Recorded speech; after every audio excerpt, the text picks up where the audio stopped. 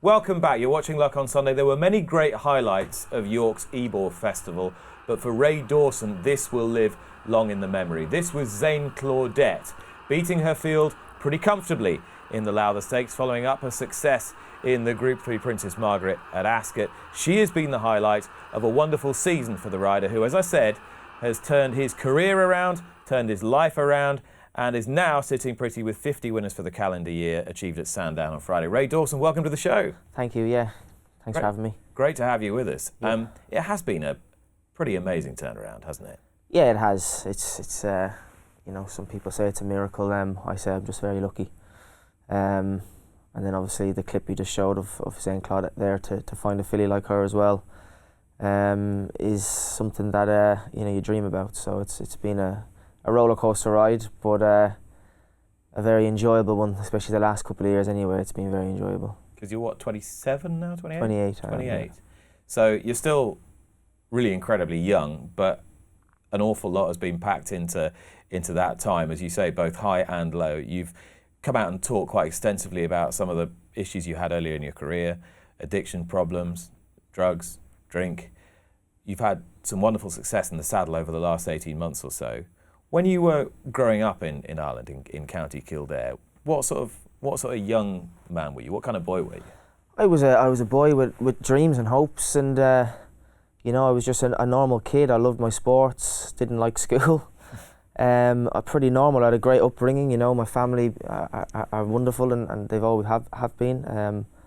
So there was nothing, you know, that stood out to say, you know, the reason why I went down the roads I went. You know, my hometown is a typical hometown. You know, you've got your good and bad people, and for some reason, somewhere along the line, when in my early teens, I went off, you know, from being, you know, an ambitious kind of hopeful young man looking forward to a career in racing. I went down the complete opposite road, and it took a long time for me to realise that I needed to change my life. You know, so yeah, you know, I had a very normal upbringing, and I had every opportunity to not mess things up. You know, my mum has always been supportive. My uncle Luke is you know, big part of racing in Ireland, so I had great opportunities, and for whatever reason I decided to go the long way around. Did things happen quite easily for you to begin with the horses and with riding? Yeah, I mean, I think I was always natural, so the riding was always quite easy to me. You know, I was with Charles O'Brien, and he gave me some really great opportunities. I rode some really nice horses for him, and you know, I always seemed to get a bit of luck on the day, and you know, win at the right place at the right time. So yeah, I wouldn't say it came easy, but I think it came a lot easier than it would for a lot of people. But did you always feel natural on a horse? Is that something that was instilled in you from a very early age? Yeah, definitely. It was where I was happiest as well. So when was the first time you thought, or when you look back on it now, when was the first time you could identify that the path was just getting a little bit blurry, that you weren't quite sure where to go? Yeah, it's a good question. I suppose it was quite early on. You know, it wasn't like 10 years later when I was 25, I woke up one morning and realised that my life's a mess. I knew quite early on, but I was too young to know what to do about it. And so even sort of like 15, 16? Yeah, I'd say 17, 18, I really started to realise that, you know, I was doing the wrong things, but you're at an age where you don't want to admit it. You know, you don't want to say to anybody because you think you're going to be okay, and by masking that, it makes it worse. You know, and when it gets worse, it gets harder to get out of. You know, but I was living a double life. You know, I was, to people that didn't know my problems, I was a jockey. But people who knew me, I was definitely not a jockey. I was someone who needed to get help, and I needed to change what I was doing. But at the end of the day, only I could do it. So it was a struggle from an early age. It was a struggle, you know. Mentally, it was a real struggle. And there was times when I didn't think I was ever going to change. There was times when I thought, you know, I'll never race ride again. So yeah, it was a lot of difficult times. you know, and I'm just very lucky to be able to reflect on them times now, and with the success behind me as well, it makes me very grateful. So how did that manifest itself? Was it just partying and then some? Yeah, partying and then you know, a lot more as well. I enjoyed it. You know, I'm not going to lie. I really enjoyed it, and that enjoyment took over the enjoyment of race riding. And unfortunately, I couldn't see the line I crossed over. So I just kept enjoying myself. Well, I thought I was enjoying myself, but I wasn't. And when it became a point where I had to stop, I couldn't stop. It had become an addiction. You know, alcohol had become a crutch. Drugs were obviously a big thing as well. You know, failed a couple of drug tests in Ireland when I was quite young as well. So it was a complete disaster. You know, as I said, I was living two different lives. I was trying to hide. I was trying to escape from everything. And then, I stopped race riding because it was easier. You know, it was easier for me just to stop. But it's quite interesting because you clearly were able to function quite effectively in life A, even if life B was taking you off the rails. It's not quite as straightforward as because I'm doing this, I therefore can't do that. It's being able to function that's almost the dangerous part of it, isn't it? Yeah, I mean, maybe on the outside I was functioning, but on the inside, you know, internally I definitely wasn't functioning well. I wasn't coping with anything well. And as I said there, it got to a point where it was easier just to stop the racing for a while. Well, at the time I thought it was going to be a while. It ended up being probably 3 or 4 years before I race rode again. So, tell me about those 3 or 4 years. What did you do? God, what did I do? Have we not got long enough? To be honest with you, Nick, I don't really remember them. I'm not going to lie. It was a blur. It was a mess. I was trying to get my life back, and it was very, very difficult. And you know, as I said, it was all kind of the four years was kind of mushed into 1 year of the same repetitive stuff. You know, bouncing to job, coming to England, trying to change my life. Were they all jobs in racing or outside racing? I've always had a job inside racing. Okay. Yeah, I've never had a job outside racing. I'm not good at anything else, you know. So I came over to England when I was 21 to change my life, but I never changed anything. All I did was change where I lived. You know, I hung around the same sort of people, went to the same places, and it was the same result, you know. So yeah, for 4 years or so, it was a struggle. But I never gave up on the dream. You know, I never, for whatever reason it was, that dream that was in the back of my mind from a very young age of being a jockey was never left me. And I'm very grateful for that, because I think if it did leave me, I mightn't have pursued the career and probably wouldn't be sitting here, you know. I know you rightly identify that you can take yourself out of a location, but your own issues stay within you. But was there a place, a space in the UK where you found yourself feeling more comfortable, happier for whatever reason? Yes, it was the day I met my fiancée Abby. You know, a lot of people have come into my life trying to help me, and whatever it was, when I met her, it intensified the want for me to change, you know. So how did you meet?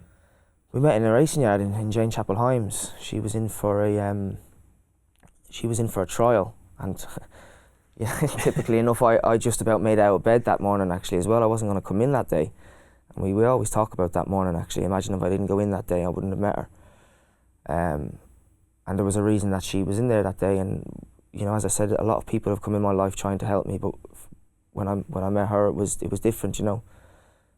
I was struggling for so long to find a way out of this life I'd messed up and developed for myself, that when I met Abby, it was like, there's my chance, you know, there's my chance to really try and even if I'm not a jockey, just have some sort of a life with someone and maybe have a family. And it was from there that, you know, things started to change. You know, it wasn't straight away. There was some moments that were very difficult still, but everything had calmed down. It wasn't, you know, I wasn't drinking as much.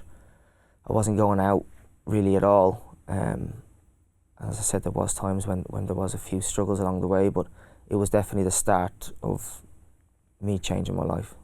So what sort of person is Abby? She's She's everything you'd want someone to be. She's very strong. She's determined.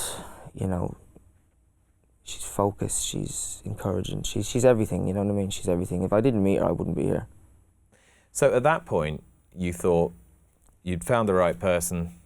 Your head was in a better place. How do you go about rebuilding a career? Because most people have thought, well, we're done with this guy. You know, nice guy, rides well, but too much hassle. Exactly. And they had every right to as well. You know, they had every right to, and every job I went into, I knew that that's what they were thinking. But as I always said, the riding was the easy part. So when I've gone through everything that I went through my own mistakes, I wasn't afraid to give it a shot again. You know, I wasn't afraid to give it a go. But if it didn't work out, it didn't work out. So was there a sense that because you'd sort of been honest with yourself and you'd been able to flush out quite a lot of your demons, you actually had a greater confidence? Exactly. What did I have to be afraid of? Nothing to lose. Exactly. I'd already lost everything. You know, I was already as low as you can possibly go. So I had nothing to be afraid of. So if I give it my best shot. If it works, it works. If it doesn't, at least I can say I gave it a good shot without anything getting in the way, without myself getting in the way, I suppose. But I was given confidence through my family and friends as well, you know, and they helped me along, and they still do to this day. They still give me confidence, and they still pick me up when I have bad days, you know. So, it was obviously a decision that has worked out very well, and it's going very well. So, it's definitely the right call. But you've always felt, from what you're saying, you've always felt good when you're on a horse. Yeah, even in my worst times, when I was on a horse, that was when I felt my best. So that's the healthy escape, isn't it? The healthy escape is being on a horse. Yeah, the one healthy escape I had. Yeah, it was, and it has been for a long time. But now it's a healthy escape. But I'm not escaping from anything. You know what I mean? It's an escape, obviously, because you're getting the buzz and you're getting the thrill. But it's in a healthy way, because I'm not running away from anything negative. I know that there will be a lot of people watching who'll say, okay, well, to what extent is you being in horse racing responsible for the fact that you ended up going down the wrong path and had addiction issues?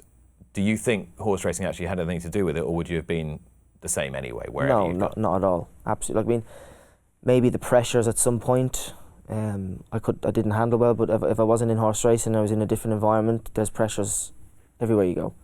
I just didn't deal with it the right way, and I dealt with it by drinking and using drugs to the point where it became an addiction and an obsession, and it took over. So I wouldn't blame racing at all. It doesn't matter what industry you're in, alcohol and drugs are there. So no, racing wouldn't have had anything to do with it. And now it's a positive force for you in the extreme. In terms of the building of your career, you've talked about Abby and given her, quite rightly, an awful lot of credit for your own self-confidence and your own ability to get back there. But in terms of the network of contacts you've had to build up, who's really been the person who's helped you the most? Well, when I met Abby and decided to, really change my life, I got into recovery, and I contacted the PGA. Paul Struthers is amazing, really helped me out. He put me on to Dr. Jerry Hill, who, again, incredible man, who put me onto Sporting Chance, who are a recovery-based, program. Tony Adams, the Arsenal legend, he runs that, and I got in contact with them, and I went down to them for a week, learned a lot about myself, learned what I needed to do in order to keep my life going, because, I'll always be an addict. I'll always be an alcoholic. No matter how long I'm sober, I'll always be that. So I needed to learn how to cope each day, one day at a time. And it was those people who really helped me get on that path to get my career back. So I'm very, very grateful. And if there's anyone who's watching, who's involved with racing, if they're ever struggling, they're definitely the people to go to. And I dare say that you yourself could give pretty sound advice to young people coming up through the sport. Is that something that you'd like to do? Yeah, I hope so. I'm blessed to be on the other side of the fence now. But I know there's a lot of people that aren't in my position. They're in the position I was a few years ago, and it's from coming from that position, I know what it's like, and it's very difficult. It's very difficult to talk about it. So hopefully, I am helping people, and I know I have helped people, just like people have helped me. So, and that's the way it works. That's how it works. Getting the message out there that there is help. Everyone whoever interviews you always says, "Oh, Ray Dawson's a great talker. You're very good at expressing yourself. You're very articulate." Have you always been that way? Have you always been naturally quite chatty or gregarious, or not? No. Maybe I thought I did when I had a few drinks in me, but I was very shy, paranoid, self-conscious, and I still am sometimes, But when it comes to talking about my past and where I am now, I feel very comfortable now. And I think it's the honesty as well. I was always lying before. I was always very dishonest, and now that I'm honest, it's easier to talk. But no, I think I can be quite shy sometimes as well. And in terms of your career, it's 50 winners for the year so far. Is that roughly where you expected to be, or is it ahead of your expectations? It's a goal I wrote down at the start of the year. Is it? Yeah, me and my agent Adam Brook, we said we need to try to get 50 winners this year, and if we can, then we've had a good year. And obviously there's still a few months left, so touch wood, we get past that. I'm sure we will. So yeah, the goal has already been achieved with a few weeks left. So it's been a great season. And you know as well as I do that a number of winners is one thing, but it's which winners that kind of make the biggest impression. And riding Zain Claudette to winning the Princess Margaret at Ascot and then the Lowther at York, how significant was that for you? How much did you feel that at the time? Massive. I think at the start of the year, if we could nick a Group 3, I would have been over the moon. So obviously to get that Group 3 in Ascot that day on a 2-year-old filly, and then to go and win the Group 2 Lowther, it was, I couldn't have imagined it early on that I was going to be riding a Group 2 on a filly with such potential as well. As I said, I thought if we could nick Group 3 or a couple of listed races, I would be over the moon. But it was an incredible moment, and I think when I went over that line, the celebration, the emotions that I expressed was the emotions from the past 15 years of my life all coming out. It's hard to explain. I'll never be able to put into words how that felt. If there was a Leicester for celebration of the season, they may as well just close the betting now. I'm just glad I didn't fall off. Oh, brilliant. Yeah. I think everybody enjoys that though. Everyone will enjoy a moment like that for you, and I guess that's the beauty of not just racing but sporting success as a whole. Yeah, I mean, everyone shows their emotions differently, and everyone obviously comes from different backgrounds, and yeah, it's great, and that's the beauty of horse racing, of sport. It's them highs that everybody's looking for, and everybody's fighting for moments like that. So it was great to be a part of it. What I want to know is what you've got written down now for the next few months and the next year. I wrote it down yesterday, so it's to get 60 winners. That would be the next goal, and obviously to ride a Group 1, because it could happen. So they're the two that I want to cross out next. I'd rather get the Group 1 than the 60 winners, so the Group 1 would be the most important. But obviously Zain Claudette goes for the Cheveley Park Stakes, so we have an amazing chance of hopefully ticking that off the list. Have you given a lot of thought deep into the future? Now you're building a future, now you're building a family, and you've got your daughter Lila, who's a year old. Yeah. Have you given much thought to way down the track? No, I'd obviously think about it, and in a very positive way. So, think about, my family mainly, obviously Lila, and possibly having more kids down the line, and you know, building a house and stuff like that. You know, normal things that can be possible now. And with the career, the way my career is going, hopefully if it continues to go in the way it's going, you know, we can, you know, myself and Abby and Lila can continue having a, you know, a good life. So yeah, I do think about little things. I don't dwell on it, you know. It's a very unpredictable game. So, but I suppose that the likes of Zain Claudette keep the dream alive, and yeah, it's all very positive. Ray, I really appreciate you coming in today. You're off to Bath this afternoon? Bath, yes. Yeah, off to Bath. Okay, well, fingers crossed for you there as you edge towards 60 wins and a Group 1. I hope you fulfil all those objectives. Can't thank you enough for your candour and your company today. Thanks so much. No worries. Thank you very much, Nick. Cheers. Ray Dawson, who rode his 50th winner of the calendar year at Sandown on Friday, and has a very interesting story to tell us, I'm sure you'll agree. Subscribe to Racing TV to be notified when more Luck on Sunday videos are appearing online. And don't forget to join me for the show every Sunday morning from 9 o'clock with the best guests.